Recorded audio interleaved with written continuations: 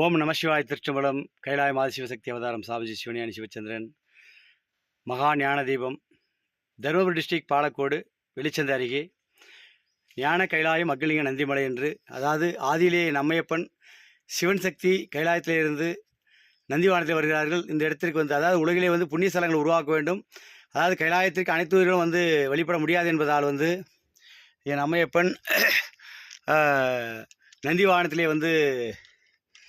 நந்திவாகனத்திலே இந்த இடத்திற்கு வருகிறார்கள். வந்த பிறகு இந்த இடத்தை ஒரு புண்ணிய ஸ்தலமாக, முதல் புண்ணிய ஸ்தலமாக மாற்ற வேண்டும் என்று, உருவாக்க வேண்டும் என்று முடிவு செய்துவிட்டு, அதற்காக என் அப்பன் மகாதேவர் வந்து தேவகிரி மலையாக அவதாரம் செய்கின்றார். அம்மை வந்து துர்கமலையாக அவதாரம் செய்கின்றார். பிறகு நந்திகேஸ்வரர் வந்து துர்கமலையோட வந்து வடிவம் வந்து நந்தி வடிவமாக என் அம்மையப்பன் நந்தி அவதாரம் செய்கின்றார். எனவே இப்பொழுது இங்கே அந்த நந்தி மலையிலே பார்த்தால், அந்த துர்கமலையிலே துர்கை அம்மை தான் இருந்தது ஆலயத்திலே. அந்த துர்கம்மை தான் அந்த ஆலயத்தில் இருந்தது. ஆனால் இப்பொழுது அந்த ஆலயத்தில் துர்கம்மை யாரை திருடி கொண்டு சென்றிருக்கிறார்கள். எனவே இப்பொழுது வந்து அங்கே வந்து மீண்டும் இப்பொழுது வந்து கைலாயம் ஆசிவசக்தி அவதாரம் சாமி சிவஞானி உள்ளிருந்து என் அம்மையப்பனே வந்து மகா தேவகிரி லிங்கேஸ்வரனும் மகாதேவியின் தாய் ஆதி சிவசக்தி என் அம்மையப்பன் துர்கை அம்மன் மீண்டும் வந்து அங்கே துர்கமலையிலே, அதாவது துர்கை அம்மையே மலையாக மாறினார். எனவே அந்த மலையில் இப்பொழுது வந்து மீண்டும் வந்து துர்கை அம்மையை வந்து பிரதிஷ்டை செய்து உலர்களுக்கெல்லாம் என் அம்மையப்பன் நல்லராசி வழங்கப் போகிறார். மகாதேவகிரி தேவகிரி லிங்கேஸ்வரனாக இருந்தும் துர்கை அம்மையாகவும் இருந்து அனைத்து உயிர்களும் கண்டிப்பாக வந்து இங்கே எது தேவையோ அதை வந்து அருள் பெறலாம். அப்படின்ற அவதாரத்தில் என் அம்மையப்பன் ஓம் சர்வசக்தி ஓம் சரவணியான குபேரகலசன் என்ற பெயரிலே இங்கே லிங்க வடிவிலே இருக்கின்றார். பாருங்கள், இது வந்து வாசி ஆதிசேஷ நாக கங்காதீஸ்வரராக இது கங்கையிலே வந்து இங்கே வைத்திருக்கிறது. அந்த லிங்க வடிவம் வந்து, அதாவது ஓம் சர்வசக்தி ஓம் சரவணியான குபேரகலசனான லிங்கம்.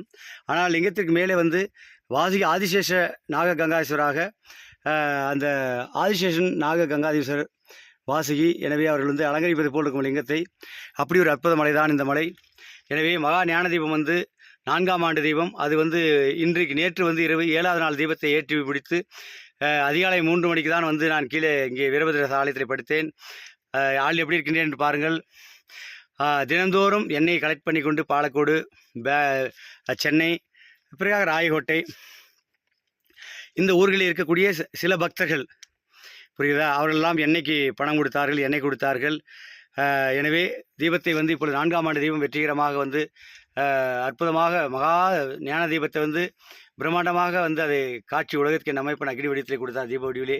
எனவே இதை கொடுத்தவர்களுக்கும் மேலே அந்த எண்ணெயெல்லாம் எடுத்து வந்து அடியனுடன் இருந்து சாமிஜியோடு இருந்து அந்த தீபத்தை ஏற்றுவதற்கும் எண்ணெய்களை மேலே மலை மீது எடுத்துக்கொண்டு வந்தவர்களுக்கும் அனைவருக்கும் வாழ்வில் எந்த துன்பமும் வராது. குபேர வாழ்வை கொடுத்து அவர் பிள்ளைகளால் நல்ல மனவாழ்க்கையும் கல்வியும் கெடுத்து ஞானத்தையும் கொடுத்து அமைப்பனை தொண்டு செய்து அமைப்பன் அகமுறிவார்கள்.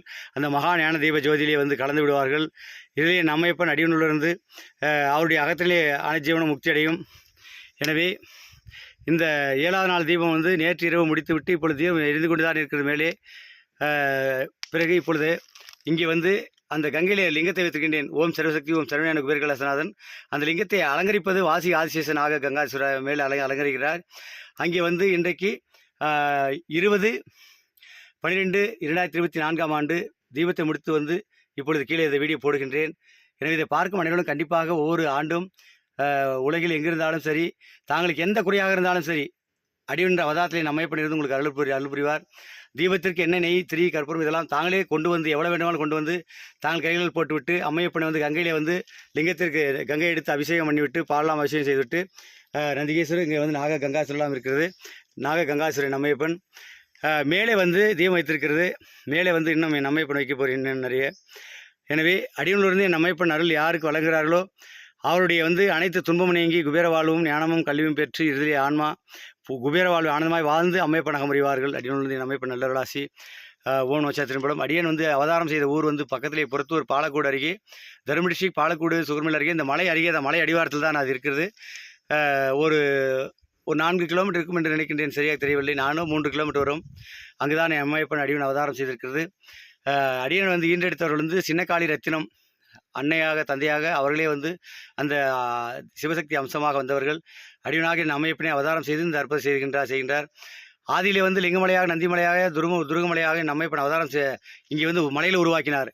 இப்பொழுது அந்த மலைகள் எல்லாம் என்ன பொருள் என்பதை தேவரி மலை லிங்க வடிவம், துர்கமலை என்பது வந்து நந்தி வடிவம், இதையெல்லாம் உலகிற்கு வந்து இந்த யுகத்திலே கலியுகத்திலே பிறந்து என் அமைப்பன் இதெல்லாம் மக்களுக்கு போதிச்சு உலக லெவலில் இந்த மலை எல்லா மக்களுக்கும் வந்து அறிவித்து செய்து அனைத்துமே வருவதற்காகவும் வர வைத்தும் என் அமைப்பன் அனைவருக்கும் அருளாசி வழங்கி கொண்டிருக்கின்றார். அடியுள்ளிருந்து ஓம் நம சிவாய திருச்சம்பலம், ஓம் நம சிவாயம். இந்த கங்கையை பாருங்கள், இது வந்து என் அம்மையப்பன் கங்காதீஸ்வரன் அம்மையப்பன். எனவே இந்த கங்கையிலே தான், அந்த கங்கையில் இறங்குகின்ற பாதையிலே தான் இருக்கும், பார்க்க வேண்டும். இதெல்லாம் படிக்கட்டு மேலே இருந்து வர வேண்டும். வந்துவிட்டு அப்படியே வந்து இங்கே வந்து கீழே படிக்கட்டு வரும்போது இங்கே சாமி எல்லாம் இருக்கும். இது பழைய ரொம்ப காலமாக இருக்கிறது ஆதியிலே. பிறகாக வந்து இப்பொழுது வைத்திருக்கின்றேன், நமச்சாய் வைத்திருக்கின்றேன் இந்த சாமி நம்மையப்பனை. அதன் பிறகாக அப்படியே வந்தால் பின்னாடி பாருங்கள் கங்கை. இது இங்கேருந்து தொடங்கப்படுகிறது. இங்கேருந்து தொடங்கி, அதாவது அப்போ அம்மையப்பன்றது அப்படியே தொடங்கி எவ்வளோ தூரம் செல்கிறது பாருங்கள். ரொம்ப தூரமாக இருக்கும். குறைந்தபட்சம் 200 அடி இருக்கும் என்று நினைக்கின்றேன். அதிகமாக இருக்கும் என்று சொல்கிறார்கள். இதோடைய அகலம் பார்த்தால் இந்த அகலம் வந்து 30 அடி இருக்கும் என்று சொல்கிறார்கள். அவ்வளோ அடி இருக்கும். எனவே ஆழம் அங்கே எவ்வளவு இருக்கிறது யாருக்கும் தெரியாது. என்றால் யாரும் உள்ளே சென்று ஆழத்தை பார்த்தவர்களே கிடையாது. எனவே அப்படி ஒரு அற்புதம். இது லிங்கத்தோடைய வந்து பின்புறம் இது.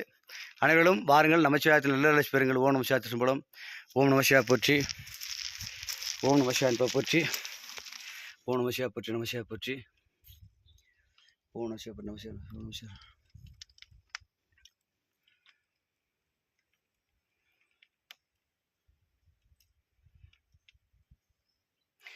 அனைத்து பொருள் கொடுத்தவர்களுக்கும் பூர்ண நல்லாசிகள்.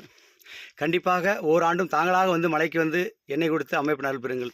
எடுத்து வந்தவர்களுக்கும் அதே போல் தான். இந்த போர்டுகாடு, இந்த போர்டுகாட்டில் இருப்பவர்கள் வந்து சில அடியார்கள் வந்து அடியனிடமிருந்து அந்த எண்ணெயெல்லாம் அடியன் கொண்டு வரக்கூடிய எண்ணெயை கீழே வெளித்துணாரிடமிருந்து தலையில் சுமர்ந்து வந்து தீபம் ஏற்றுவதற்காக அவரெல்லாம் வந்து தொண்டு செய்தவர்கள், உடல் உழைப்பை தொண்டு செய்தவர்கள். இந்த போர்டுகாட்டில் இருக்கக்கூடிய வந்து இளைஞர்கள், அந்த உடல் உழைப்பெல்லாம் செய்தவர்கள், அவளுக்கும் அவர் குடும்பம் எப்பொழுதுமே இந்த போர்டுகாடும் உலகமெல்லாம் பாலக்கோடு எல்லாம் சென்னையில் இருப்பவர்களும் அனைத்துடையும் இருப்பவர்களும் அனைத்து இன்பத்தோடு வாழ்ந்து அமைப்பனாக முடிவார்கள். குபேர வாழ்வை வாழ்ந்து. ஓம் நம சிவாய திருச்சம்பலம், ஓம் நம சிவாய திருச்சம்பலம், ஓம் நம சிவாய.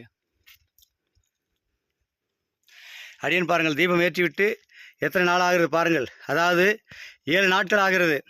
அதாவது உண்பதற்கு நேரம் இருக்காது, உறங்க நேரம் இருக்காது, குளிக்க நேரம் இருக்காது. அப்படியெல்லாம் என் அம்மைப்பன் இந்த தொண்டுகளை செய்து கொண்டு இன்றைக்கு தான் வந்து மலையை விட்டு நான் வந்து செல்கின்றேன். பிறகு இங்கிருந்து இன்னும் வந்து திருவண்ணாமலை, காசி யாத்திரையெல்லாம் போக வேண்டியது. காசி 12 ஜோதிலிங்க ஸ்தல யாத்திரை கிளம்ப வேண்டும்.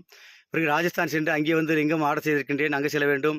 எனவே அனைத்துகளுக்கும் நமச்சிவாயத்தை நீங்கள் நினைத்தாலே போதும், உங்களுக்கு என் அம்மைப்பன் அருள்வாசி வழங்குவார். எங்கிருந்தாலும் போனில் கேட்டாலும் சரி, நேரில் வந்தாலும் சரி, உங்களுக்கு அனைத்தும் தீர்த்து வைப்பார். திருமண தடை, பிள்ளைகள் இல்லாமை, செவ்வாய் தோஷம், நாகதோஷம், பேய் பிசாசு அனைத்து வகையானதும் என் அம்மைப்பன் அடியிலிருந்து ஆட்சி வழங்கி உங்களுக்கு கிளியர் செய்வார். 6380084253 9677518561 நம்பருக்கு தொடர்பு கொண்டு அமைப்பன் அருள் பெறுங்கள். ஓம் நம சிவாய திரும்பலம்.